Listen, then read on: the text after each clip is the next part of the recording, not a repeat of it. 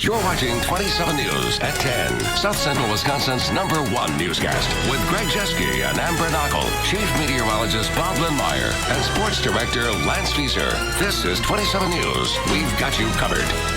Sometimes there are moments that prove life is indeed fragile and short. Parents who experience the loss of a child know that feeling intimately.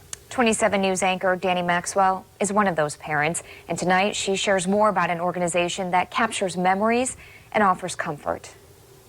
My husband Steve and I lost our triplets in April.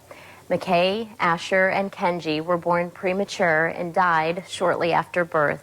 You may remember when I shared our photos from the Now I Lay Me Down to Sleep organization. One of our family photographers took pictures for a Janesville family too, but their story is as unique as their beautiful baby boy.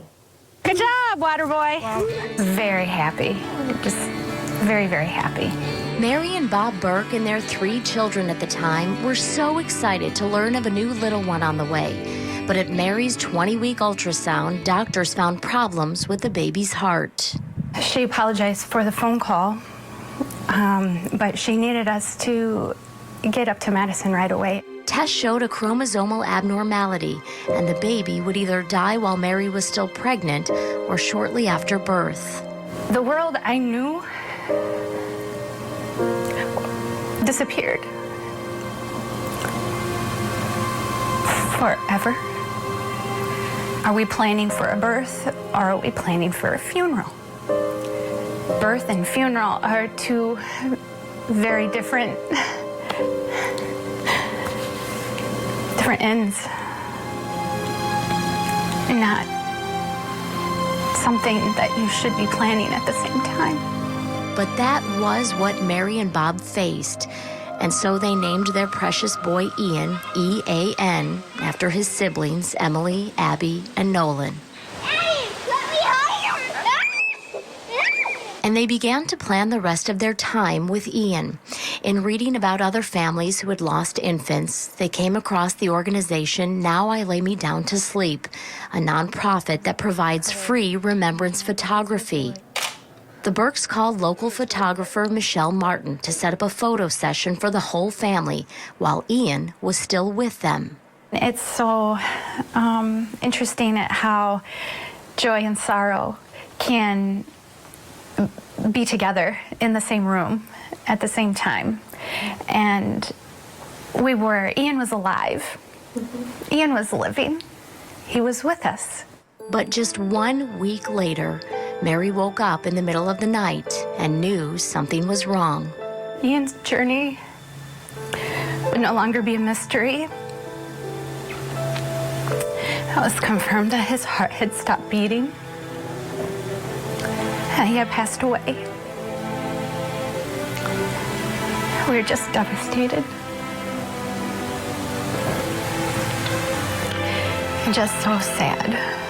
Mary delivered Ian with the help of her niece. The doctors and nurses happened to be outside her room at the time. Mary says a gift from Ian. As sad as it was that he had passed away, it was still an amazing delivery, an amazing experience, an amazing time that we shared. And we finally got to meet him, and he was just beautiful. Just a perfect little angel in every way. 10 fingers and 10 toes. Cute little nose, just like his brother's. Chubby cheeks. Full head of hair.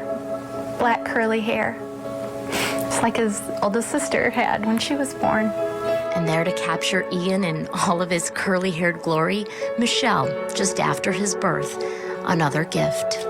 He was born right before I got there, and I was, worried or upset that, I missed this for them, and I'm so sad that I wasn't able to be there at that moment. But once I realized that this moment happened completely independent of everybody except family, then it made me realize that that was kind of Ian's gift to them.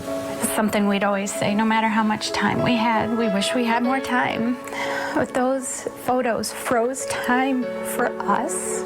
The process of having them done as part of his story, Michelle, of course, captured a lot of that time. There's no plans for how your grief is going to be. And that was very difficult for us in the beginning, and many months afterwards was the grief and not having Ian here with us. But the pictures were. The Burke family has created Ian's garden in their backyard, and during our visit, something very special happened. The family called it a sign from Ian. You can find that story at WKOW.com, along with a few other things. Meantime, Now I Lay Me Down to Sleep is in need of volunteers, and not just photographers. Michelle says they need community volunteers too. They sometimes have to turn families away because they don't have enough people to help. So if you're interested in volunteering, head to our web channel for a link.